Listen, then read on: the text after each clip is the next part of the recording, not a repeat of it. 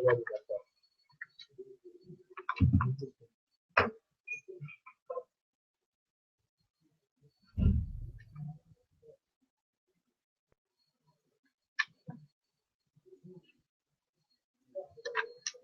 الله الرحمن الرحيم الحمد لله رب العالمين والصلاة والسلام على رسول الله وعلى آله وصحبه إنك أنت العليم الحكيم وصلى اللهم على سيدنا محمد وعلى آله وصحبه. So alhamdulillah, last session we talked about the beginning of the Wahi and how those revelations took place, and how there was a gap called the Fatra, where the revelation stopped for a short while. When we talked about early people embrace Islam, we talked about the Awwaliyyin, those who came first. Of course, we mentioned the hadith where the Prophet said, the first Wurud and ala al-Hawl, the first person to come to the bowl, the basin, Yawm al-Qiyamah, is Ali, Sayyidina Ali sallallahu alayhi wa sallam, وهو أول رجال الإسلام, he is the first person to become a Muslim. So of course, this is one hadith which indicates that Sayyidina Ali was the first to become Muslim. There's also a hadith which mentions Abu Bakr. There's also a hadith which mentions Sayyidina Khadija. There's also one hadith which says that Waraq ibn Nawfal. Now all of them are actually correct because they're all firsts in different ways. But there's a hadith which includes all of them, which is where the Prophet ﷺ said, first of the Ahrar, meaning of the free men, was Abu Bakr. The first of the Mawali, of those who were previously freed slaves, is Zayd. The first of the Nisa is Sayyidina Khadija. And the first of the Syrian, or first of the youth, are Sayyidina Ali. And in another narration he mentions Bilal as the first of the slaves. So all of them are first in different respects. And as for Waraq ibn Nawfal, we talked about what his role was in supporting the Prophet ﷺ, in identifying the Prophet ﷺ, and giving him this link to the previous scriptures. So we talked about that last time, and then we finished by talking about the importance of Sayyidina Abu Bakr as-Siddiq, and what his role was in supporting the Prophet ﷺ, and how close they were, or even before Islam. And I mentioned the story of when he said himself, Abu Bakr as-Siddiq said, I believed in the Prophet ﷺ before revelation. I believed in the Prophet ﷺ before revelation. And when he was asked, how could you have believed in him if you wasn't yet a prophet? And then he told a story of the year that the Prophet ﷺ received the revelation. He travelled to the Yemen. And when he got to the Yemen, somebody stopped him. And people had stopped him many a time and asked him questions about Makkah, about Quraysh, about the situation there, and in particular the anticipation of the Prophet ﷺ. And on this particular occasion, this one rabbi or one Jewish leader came to him and he was very insistent. He said, I need to ask you some questions. First of all, you're Quraysh. You're Quraysh. He says, you're Tamimi, the subgroup Tamimi. And he says, he asked him all these different questions. And then he says, can I ask you this question? Can I ask you this question? And eventually, he asked him one question, which was one question too far. He said, can I ask you one last question? And he says, go ahead. And he says, can I see your body? Oh, why? All the other questions you asked, I can understand, that's fine. But this one, no. Why do you want to? He says, no, I just need to see. No, nothing to worry about. I said, why? So he said, okay, let me explain. He said that the Prophet will arrive very soon. He's already here, but his revelation will be coming very soon. And I saw in your face that you will be one of his followers. And the two closest followers of the Prophet ﷺ is a young man and a middle-aged man. And of course, at this time, middle-aged actually doesn't mean middle-aged, it means like 34, a mature man. So he says, and you're not one of these. It looks like you're the older one.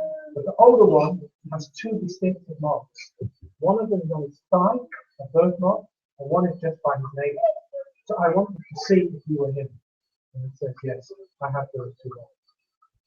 So when he came back, he was already in anticipation that the Prophet Muhammad was going to be the Prophet.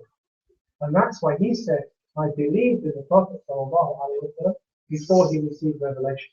And of course, it shows his status. He has great. How did the rabbi know? How did the rabbi know? The rabbi, there's a tradition, as we were talking about previously.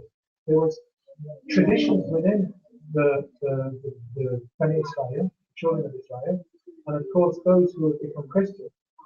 So the Bani Israel who are followers of Sayyidina Isa.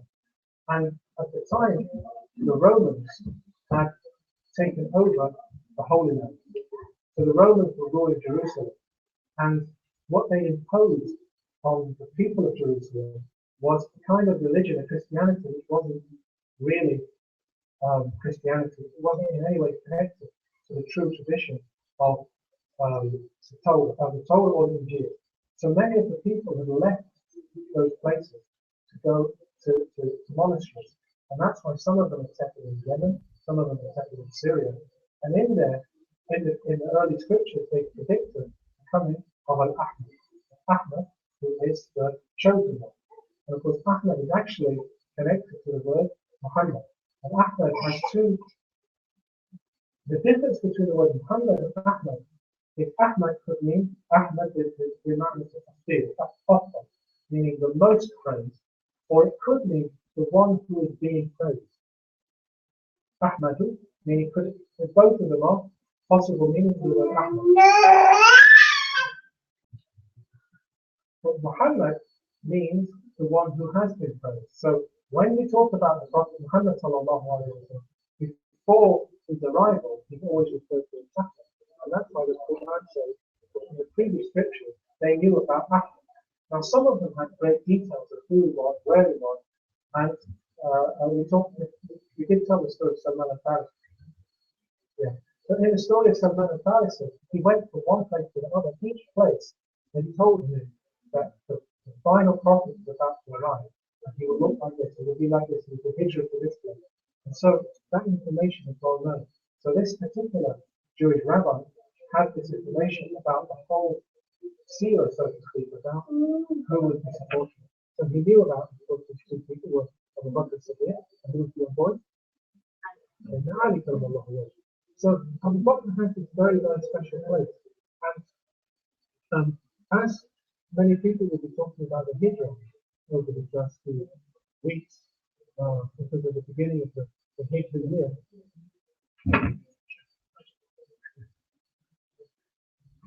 Over this, we'll see the role of Sayyidina Abu Bakr Siddiq in that. And in the Hijrah, the Prophet ﷺ is so close to Abu Bakr Siddiq that they are alone in a cave. Alone in a cave with murderers or people who want to kill them just outside the mouth of the cave. Just outside the mouth of the cave. And they can hear them talking. Then Abu Bakr and the Prophet ﷺ can hear them talking. That's how close they are. And he turns to Abu Bakr Siddiq and he says, La tahzan, inna Allaha ma'ana. So don't worry, that Allah is with us. And then this becomes a revelation. And of course, that whole story of how close Abu Bakr is, Abu Bakr has this very, very special role that he supports the Prophet ﷺ in every single step, from the beginning right up until the end. Even at his death, he's the one that brings peace. Because we know that Abu Bakr and Umar have a special role. But Abu Bakr always exceeds. He's always one ahead of Umar and Khattab. One of the reasons is because of the 10 people who were promised Jannah, we call them the Ashra al-Mubashirin, 10 that are promised Jannah, 5 of them are introduced to Islam by Abu Bakr Siddiq. So you can see his maqam. If 10 of them get to Jannah, and 10 are promised the Jannah, 5 of them are brought to Islam by Abu Bakr Siddiq. You can see what his status is. And likewise, on the Abu Bakr ibn Khattab, Umar ibn Khattab is, he says, in fact, we'll come to this story later. I'll leave it to it. I'll leave it to it. Remind me. Okay, keep an eye on the time. Okay. But Umar ibn Khattab, on the death of the Prophet sallallahu alaihi wasallam, he takes out his sword and he says, anybody who says he's dead, I will kill them. So even on this is at the death of the Prophet sallallahu alaihi wasallam, and it's Abu Bakr Siddiq to bring to peace. He stands up and he tells Umar, he says to Umar ibn Khattab, if you worship Muhammad, know that he's dead. But if you worship Allah, know that he's alive. And at this, Umar ibn Khattab is shaken out of that state. And when Umar ibn Khattab is shaken out of that state, everybody starts to understand the role of the Prophet sallallahu alaihi wasallam, the role of Abu Bakr Siddiq. And Abu Bakr Siddiq then steps into his role as the leader of the Ummah. Abu Bakr is really very vital in this. And of those early Muslims, if we were to follow the Seerah as we've been talking about through Martin Lake, the next chapter that we will be coming to, we'll be talking about early converts, and almost every single one of them come to Islam through Abu Bakr Siddiq. And so in there he talks about first Abdul Amr. Abdul Amr, of course, means the slave of Amr. But he's not known by that to us. He's known as Abdul Rahman. His real name is Abdul Amr ibn Awf. But the Prophet ﷺ changes his name to Abdul Rahman. And this is interesting because up until this time the name Rahman is not known.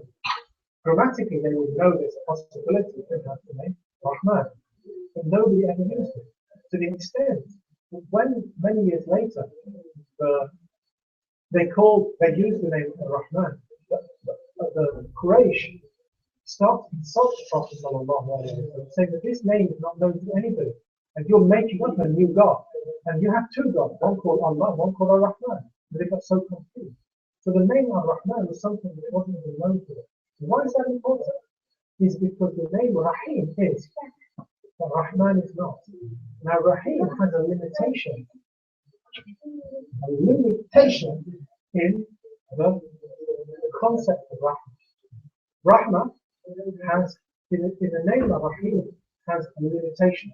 Ar-Rahman is mercy without any limitation. Without any limitation. And Rahim is specific Rahmah, specific mercy. So whenever you hear the word Rahim in the Quran, it's always used for the believers. كان بالمؤمنين رؤوف رحيم. He was لقد جاءكم رسول من أنفسكم لقد جاءكم رسول من أنفسكم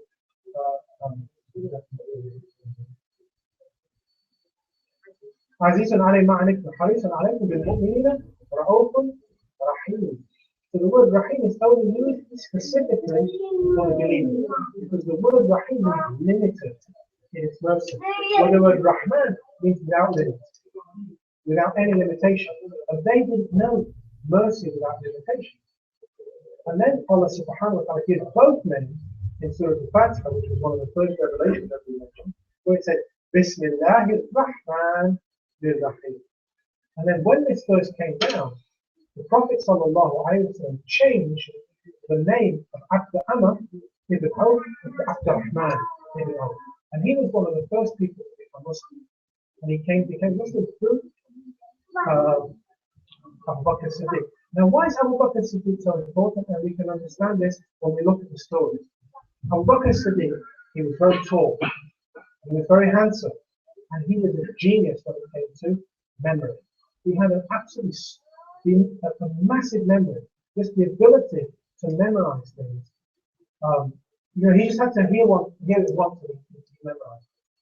He had an ability to recite poetry. He didn't write poetry. He said, I never wrote poetry. But when people recite the poetry to me, I heard it and I memorized it. So if anybody ever wanted to know about poetry, they would come to him and they'll say, can you remember this line of poetry? And they begin the line and he'll finish it for them. He didn't particularly like poetry, but he did like language. And when he used poetry, he would only use it to describe how words are used. He also had a great understanding of lineage. Lineage is something which is among the Arabs is very important, and even among the people from the SUMSA, from Malaysia. I know, I think I maybe mentioned this story once. A Malaysian guy came into a shop I was working in. I was working in a butcher. He walked into the shop, and he had a very, very handsome young man. Nice little short beard, very Malaysian, not full beard, fairly long hair, and he had the kohar on his eyes, so he had very dark black eyes. And he came in and he started he had his hands like this. And he said, do you know where I'm from? And I looked at him, Malay. Do you know where? And then now he got a now he started to get worried. Do you know my name? He said, hello. And then he really starts to panic. And then he says, my surname? Habshi. And then he ran out of the shop. And then he phoned his friend who was in Sheffield. I was in London. Phoned his friend in Sheffield. I met one of the awliya. Of course, I'm not one of the awliya. It's just that you could tell he was an Arab. You could tell he was Malaysian. And most of the Malay Arabs come from Penang, don't they? And who was the first Arab to settle Penang? Was Abdul Habshi. And almost all the Habshis are called Abu Bakr, or Alawi, or Abdullah, or Muhammad, aren't they? So my chances of getting that right was 25%. So I'm not one of the awliya. I just looked at him and I could guess his name. His name was Alawi Habshi. So then he phoned his friend up. He came all the way from Sheffield. But anyway, the reason why is because I know a little bit of history. And if somebody comes along, there's another person from Johor who was from the Haddad family. And he came along and he started studying and he said, my name is Abdullah Muhammad. I said, yeah, Abdullah Muhammad bin Abdullah. Yeah. And do you know my grandfather's name? Stopped for a minute. Father? And he said, yes. Bin Isa? And I gave his whole name.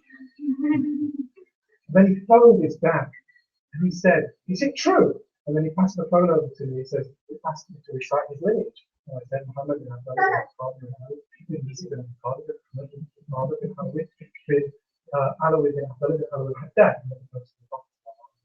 It just happened that I knew a little bit of the history of Ali bin Isa bin Johor. And if you know that Ali bin Isa, then you can work out that he had a brother called Abdul and he was the grandson of Abdul Qadir, was grandson of Isa. So it wasn't that difficult to work out. So that's because I know a little bit about lineage. So when people now ask about lineage of the people of Arabs from the South, many of them come and say, oh, can you tell me this? Because I got a tiny little bit of knowledge. Now, Abu Bakr had knowledge of everybody's lineage. So he could just look at your face and tell you what your lineage was. And it's not that difficult to do, but to do it for everybody is impossible, except if Allah gives you a gift. Now, Abu Bakr Siddiq had this gift. People would come to him and he'd recite their lineage. And then somebody else, and he'd recite their lineage. He'd do it in such beautiful Arabic because he was so great in poetry. And then he would add, oh, by the way, your great-grandfather, he was a poet and he wrote these lines. And he'd add this to it. And so this is what, and another great quality was that two other great qualities. One, he always helped people when they were in need, and the other was he could interpret dreams. And I don't know how many people write to me to say, I had this dream last night, and they give me, I've got a WhatsApp message, an essay about their dream last night. And I got the same from another person the day before. I don't do dreams. I don't do dream interpretation, but I could imagine if I could interpret dreams and tell lineage, I could make a fortune, couldn't I? Yeah. I could make a fortune. Now, Abu Bakr Siddiq was like that, except he didn't make a fortune after dreams. But he did make a fortune after trading. He traveled well, he made great business. So, Let's get back to Abdul Rahman ibn Auf. His real name is Abdul Rahman ibn Auf. And he goes to Yemen and he meets a man called Askalan ibn Awaki. Askalan ibn Awaki is not from a Jewish tribe, he's a Jewish and Christian monk who stayed there. He come from Syria. Now when Askalan, he was really, really anxious to find out what was happening in Makkah. And he grabbed Abdul Rahman and he said, you have to tell me. First of all, has the Prophet arrived? He said, has the Prophet arrived? And, of course, Abdul Rahman, at this point, had not. Why don't you start with over the leg? Huh? You're not sitting on the leg. Okay, so he arrived and he started to. So he asked the questions and he said, has the Prophet arrived? What Prophet? He said, you people, you all worship idols. But there's going to be a man who's going to come and he's going to go against, and he's Ahmed. Has Ahmed arrived? There's nobody called Ahmed in Makkah. We don't have an Ahmed in Makkah. He says, no, but Ahmed has arrived. And I'm sure the revelation, Jibreel has come. And if he hasn't arrived yet, when you get back, he will be there. And he would have been visited by the archangel. And he's going on. I was just saying, what's going on with you? So what does he do first? If you wanted to know, if there's any Haddads here from Johor or from Singapore, and they want me to explain who Ali bin Isa al-Haddad was, or Abdul Qadir bin Isa al-Haddad was, or any of those Haddad people from the south of Malaysia, you come and ask me. And you say, how do you know that? That's if you're interested in that sort of stuff. Now, if you were back those days, who would you go to? Abu Bakr Siddiq, because he knows everything, about everything. So the first thing he does, he comes back from the end and he goes straight to Abu Bakr Siddiq. And he asks him, who's Ahmed? Who is Ahmed? Where, is there anybody called Ahmed? And then he smiles and he says, how did you know the name Ahmed? And he tells him the story. And he says, it's true. Ahmed has arrived. Ahmed is Muhammad. And he, our angel Jibreel, has come and has given him revelation. So let's go and find out here that revelation. So he recites to him the first revelation, and the second revelation, and the third revelation. We talked about what these were: the Had, the Qalam, the Fatiha, and Iqra. So he reads this, and then he tells Ahmed, Ar-Rahman Ar-Rahim is whom we worship. You should worship him, and you should be called Abdul Rahman. And so that's the name, Abdul Rahman. So this is one of the first. And of course, Uthman ibn Affan is another, who's very, very close to the Prophet. And what happened? Uthman was a trader, great trader. He was so rich at one point. When his caravan entered into the city of Medina, when it entered into the first caravan would enter Medina, and the end of the caravan you couldn't see. He'd still be way up in the desert. That's how rich he was. So he was a great trader. Interestingly, he was so rich, and he died in poverty. Abu Bakr was so rich, and he died in poverty. Look around. When rulers become rulers, they usually become as poor people, then they overthrow the ruler, become rulers themselves, and then become rich. It's the exact opposite of what the reality of what true rule, being a ruler is. So anyway, Abu Bakr became rich, lost everything. Became rich again, lost everything. Became rich and lost everything. Became rich, completely bankrupt 4 times.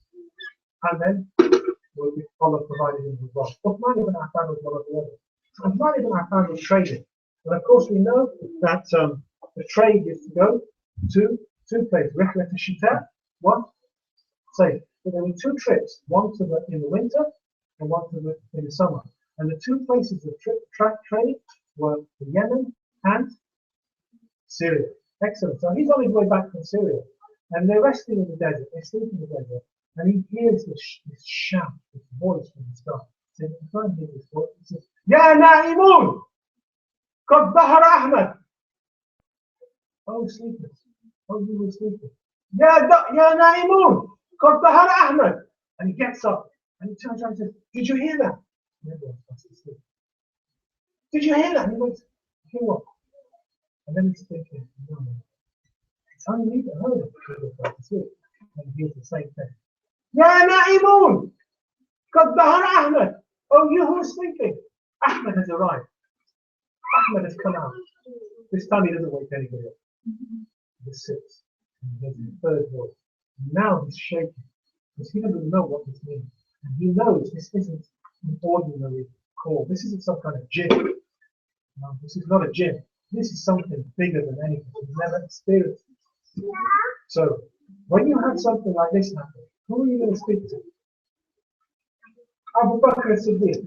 And he gets to Makkah, and he heads to Abu Bakr as-Siddiq. But before he gets to Abu Bakr as-Siddiq's house, he meets a man called Talha, al-Habib ibn Ubaydullah, who was on another caravan coming from Syria. Now what had happened to Talha, he got to Syria, and somebody came out from the very same place. You know the monastery we're talking about? What was the name of the monk that was left? Here the monk, that same place where the monk was, the monk came out and he grabbed Talha ibn Ubaydullah and he told him, Ahmed has arrived. Ahmed has arrived. Go back, find him, and believe in him. So this monk was instructed Talha to go back to Makkah. So when he gets to Makkah, he doesn't know anyone called Ahmed. So who does he go to? Abu Bakr. And who does he meet on the way? Sayyidina Uthman. And they exchange what happened and why they both. And both of them hear this statement that Ahmed has arrived. So they both go to Abu Bakr and he smiled and he said, indeed, Ahmed. No, Ahmed, sorry. Actually, Uthman ibn Affan knew. When he heard the name Ahmed, he knew that Ahmed is the form of the word Muhammad. And Ahmed is the most praised, meaning the praised one in the sky. So that's why he knew when it said Ahmed has arrived, he knew it was Muhammad. So the two of them go to Abu Bakr and they ask him, tell us what's happened to Al-Amin, which is the other name for the Prophet. Tell us about what happened to him, because this is what's happened to us, we witnessed. So both of them go, all three of them go to the Prophet and there are Uthman and Talha, among the people who are promised the garden. They come to the Prophet Abu Bakr as-Siddiq. Now, I told you he should interpret his dreams. Now, there's one of the companions, Khalid ibn Sa'id ibn al-As. Now, Sayyidina Khalid had two dreams. One of them is mentioned in the Seerah of Ibn Ishaq, and the one that we were talking about, my marks and links, which I didn't bring with today. But he actually had two dreams. The first dream happened before the Prophet received revelation. This one he didn't tell anybody. What he dreamt was that everything was dark. That there was a big, like tail, this big smog over the city. A big fog, everything got encompassed in this cloud. And then the Zamzam, the well of the Zamzam, a light came out of it. And it dispersed the cloud. It pushed the cloud away. And then the light came out of the Zamzam and it flew together. And it settled together. And he just thought, this is weird. This is a weird dream. And he didn't tell anybody about it. In fact, when he went to Abu Bakr as-Siddiq sometime later, he didn't even tell him about it. It was only that second dream that really upset him. Because this dream was really, really scary. The first dream was just strange. The second dream was scary. He was on the edge of a precipice of a mountain, edge of the mountain, and his father was coming behind him and was about to push him in.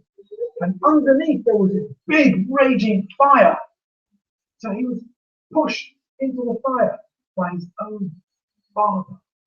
And then his father left. And then all of a sudden, a man came from behind and saved him. Just as he was about to fall into the fire, this man saved him and pulled him back to safety. And when he turned away, when he turned around, the man was walking in. And he recognized him and knew. And he was really, this was really scary, because getting thrown into the fire is not. Being thrown into the fire by your own dad is even less cool. So he was really worried about it. So immediately he went to Abu Bakr Siddiq. And Abu Bakr Siddiq just smiled at him. And he said, Al-Amin has come to save you from the fire. Al-Amin has come to save you from the fire. Let's go to him and he'll express. And please, bring Khalid to the Prophet sallallahu alaihi wasallam, and he does explain it. Now the other tree, he didn't tell Abu Bakr. He didn't tell anybody until they actually made the hijrah. And then it made sense to him about the tree. The light came out of the Zamzam and settled in Yathrib, which of course is what happened to the Prophet sallallahu alaihi wasallam. He came from Makkah and he settled in Yathrib, which then became Madina Institute, the city that was made light, or was enlightened, or illuminated. So here, when it happened, then all of a sudden it clicked. So Muhammad, it clicked. But that's what the dream meant. So he turned to the Prophet and said, you know, I had a dream. So this is many years later, this is like 13 years later. He tells him the dream. And the Prophet I am the light. So here, these are some of the people that became Muslim through Abu Bakr Siddiq. And there's only one more that I wanted to talk about, which is Abdullah ibn Mas'ud. Abdullah ibn Mas'ud has very special status, and he's very important if we're moving into the next part of the story. So Abdullah ibn Mas'ud was a young boy at this time. A young boy whose role it was, whose job it was to look after sheep, goats, and the smaller animals. But they don't usually trust the camels. So his job was to look after sheep and goats. And he was looking after the goats of Uqba ibn Abi Mu'ayt. Now, Uqba ibn Abi Mu'ayt is somebody you might want to notice because he's a really mean guy. He's really mean. And later in the story, he comes up over and over again as being troublemaker. But anyway, so he has these sheep and these goats. And he gives them this young boy to look after. And he takes them out into the desert, and he takes them and pastures them, finds some grass for them, and gives them extra. So he's in charge. Now, this is interesting because the story that I want to tell, the lesson that I want to point out now, is how did the community establish itself? And of course, individually, that's how it happened. It all started with individuals. And most of them came to Abu Bakr. Now, all of these people, they all got strange stories, haven't they? Almost everybody that I've told you is a bit strange. And every single one of the stories is strange. Because the Prophet said, بدأ الدين غريبا فسيعود كما بدأ غريبا طوبى للغرباء. He says this religion began among strangers. And the meaning of the word strangers is interesting because one of the reasons is that they didn't actually have a connection. There was no bonding between them. There's nothing that tied them together. They weren't all from the same clan. They weren't all from the same tribe. Sayyidina Bilal was a slave from Al-Habasha. Zayd ibn Harith was a slave from Syria. Mus'ab ibn Umayr was one of the nobility of Makkah. Abdullah ibn Mas'ud was just a servant boy looking after goats out in the desert. Uthman ibn Affan was a great trader. There's not a connection which bonds them, but the bond that brings them together is so strong that it can never be broken. And that's the bond of humanity. So what brings people together in the beginning, in the first community, is the strangeness. And interesting, فَسَيَعُودُ كَمَا بَدَأَ. Interestingly, the deen will return with those kind of people. If you look around you, I don't think that criticizing you for my political view, you're entitled. I don't think that the Kingdom of Saudi Arabia or the Republic of Iran or the Republic are going to be the people that bring Islam back. And I have a reason for saying that, not just my political observation. This hadith talks about فَسَيَعُودُ كَمَا بَدَأَ.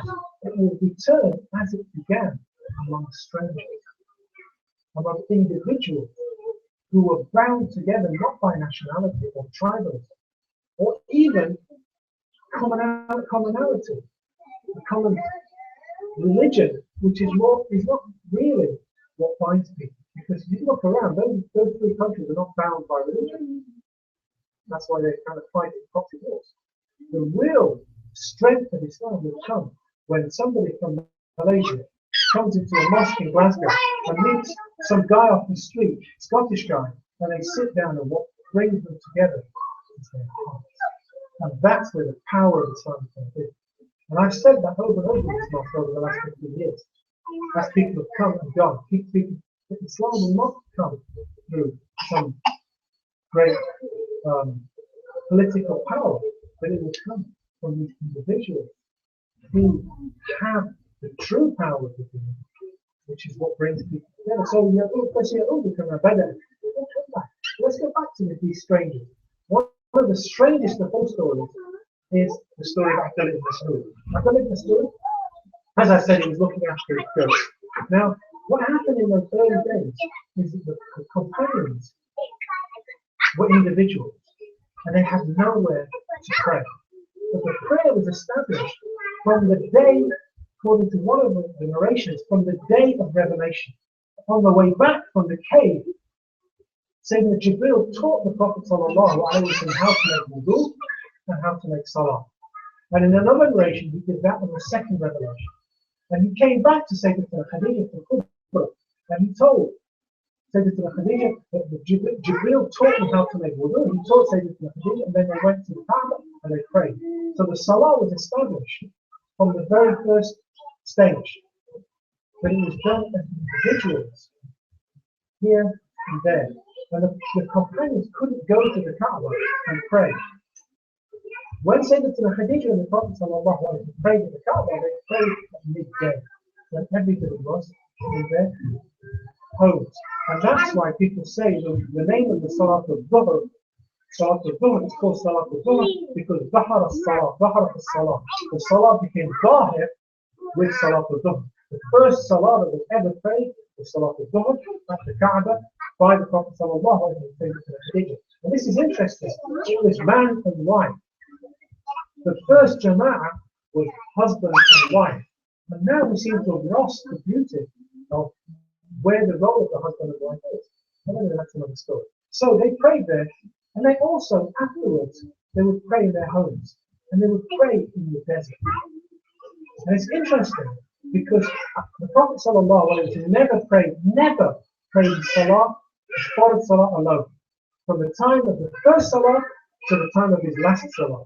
Even when he was alone in the house and he was sick and dying, he called Sayyidatina Aisha to pray beside him.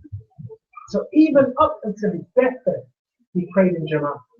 That's how important the Jama'ah Salah is. He never prayed the Farad Salah alone, ever, from the beginning to the end. So, in those early days, he used to go out to the desert. On one occasion, he went out to the desert, and the arrangement was that Sayyidina Ali would follow him. Not go with him, would follow him. So Sayyidina Ali followed him. And Sayyidina Ali's father thought, what's going on here? So, who's his father? Ali ibn Abi Talib. So Abu Talib is the uncle of the Prophet. And he's somebody else who's going to be very, very important in the next few lessons. So they got out, and the Prophet leads the prayer. So Ali comes and prays behind him. Abu Talib sits there and he's watching. What's going on here? He's looking at him and wondering what's going on. But afterwards, he comes to the Prophet sallallahu alaihi wasallam and he asks him, "What's this new religion of yours? What's this? Kayfa Tadayan?" He said, "This is the word. Kayfa Tadayan actually means to many things. What kind of worship are you doing? It also means, what kind of religion have you got? It also means, how have you humbled yourself?" All of these words are in that statement. Kayfa Tadayan. What is this you're doing? And so the Prophet sallallahu alaihi wasallam turns to him, he tells him about Islam. And then he asks Abu Talib, "Why don't you become Muslim? Why don't you follow me?" And Abu Talib says, "I cannot leave the way of my father, my forefather. I cannot leave the way of my forefather." And he goes back. And then Ali, his son, comes to him a few days later and he says, "Do you mean you don't believe in what the Prophet sallallahu alaihi wasallam is doing?" "Of course I believe it. I believe in everything he said, but I can't leave the way of my forefather." And then another occasion, Abu Talib comes out to the desert and he brings with him his other son, Ja'far. So here, Ali and Abu Talib is praying with the Prophet and said Abu Talib comes with his other son, Ja'far. So his one son is praying with the Prophet and he's coming out to the desert. What did Abu Talib do? He turns to his son, say to Ja'far, and he says, "Join your brother. Join your brother." So Sayyidina Ja'far ibn Abi Talib comes and he prays with the Prophet sallallahu alaihi wasallam. And that's how we know that Ja'far was among the first to become Muslim as well. That Ja'far actually lived at that time, most half of the time with Abu Talib. So in some ways, Ja'far came to the deen through somebody who wasn't a Muslim. Okay. So let's go back to Abdul Aziz Mas'ud. Just have a couple of minutes. Abdul Aziz Mas'ud was out there in the desert. And Abu Bakr, the Prophet sallallahu alaihi wasallam, like he did to take the man, he went out to pray. He got out into the desert, as we know the desert's hot, and he was getting thirsty. There was no nice piece of glass of water. So he saw this man, this young boy, with looking after goats and sheep. And he's thinking there's sheep there, and sheep, probably one of them must have some milk. So he goes to the young boy. He says, "Do you have any milk, or any of these goats or sheep? Do any of them have milk? So can we need milk?" He says, "Yes, they are, but and I will tell you, these have been given to me as a man." What's a man in English? Trust. These have been entrusted to me. I can't just give it to you because they don't belong to me. So the Prophet sallallahu alaihi wasallam calls Abu Bakr and he says, "Find me a nice stone to drink." And then he says to this young boy, he says, "Is there any baby sheep or baby goat that is too young to carry a child and too young to produce milk?" He says, "Yeah, it's fine." So he brings this baby goat in. Some say the sheep is two different generations. And then Abu Bakr comes with this beautiful bowl, or this beautiful stone, which looks like a bowl. And then the Prophet sallallahu alaihi wasallam makes dua, and he takes the underside of the goat and he rubs where the other is, and it grows, and then he milks it. And then he takes the other and he makes dua, and it goes back to the way before. He milks it into the bowl, and he drinks from it. Abu Bakr drinks from it, and after it must and he tries it. Wow! You can imagine. And he says, "How did you do that? How did that happen?" And then he says, "This is by Allah. This is by Allah." And he says, "Tell me about Allah." Okay, tell me about Allah. So what does that mean? The Prophet sallallahu alaihi wasallam, he puts his hand on his head and he says, "Barakallahu feek, anta ghulamun wa ana." He says, you are a boy, blessed are you, and you will be a boy who will know and teach. Let me read it. And you can imagine what the boy's thinking over all this time. What happened? What happened? And eventually, he can't take it anymore. He goes to the bucket of and says, "Take me to the prayer." The bucket of brings him, and then the Prophet sallallahu alaihi wasallam starts teaching the Quran. And he teaches the Quran and he teaches the many verses. And Abdul Mas'ud has the ability to memorize Quran immediately. Why? Because of that blessed Quran. And inshallah, our next time we'll talk about how we actually like to read the Quran. You were supposed to remind me. What were you supposed to remind me about? Okay, I'll jump a few years later. Abdullah Mas'ud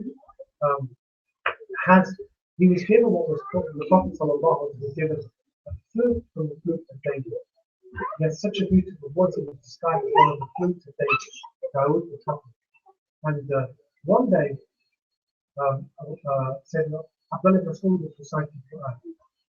The Prophet sallallahu was passed his hand and he was amazed. He stood there. He was listening. Abu Bakr listened. And Umar ibn Khattab listened. And then they listened for a while. They didn't go in, they just listened. And then the Prophet sallallahu turned to Abu Bakr and Umar and said, "That is exactly how Jibreel was saying." And he never said that about anybody else. And then he went back to Umar ibn Khattab. Tomorrow, Fajr time, I'm going to go and I'm going to give him the good news. And he gets to the house and I feel like my big smile. The biggest smile you could ever have. And he looks and he thinks, "You already know, don't you? Fajr hasn't even come yet. Fajr hasn't even arrived yet. And you already know." And he turns around and he says, "Abu Bakr told you, didn't he?" And he says, "Wallahi, Abu Bakr has I've never done anything good except Abu Bakr beat me to it. I've never done anything good except Abu Bakr beat me to it." And that's the maqam of Abu Bakr. Inshallah, I'm told we'll finish now the program here. So inshallah, the next time we'll continue with how that grew. Because the seventh person to become Muslim, remember his name, is a man called Arqam ibn Abi Arqam. And he has a special status. We'll talk about that. صلى الله عليه وسلم سبحانك اللهم وبحمدك أشهد أن لا إله إلا أنت أستغفرك وأتوب إليك.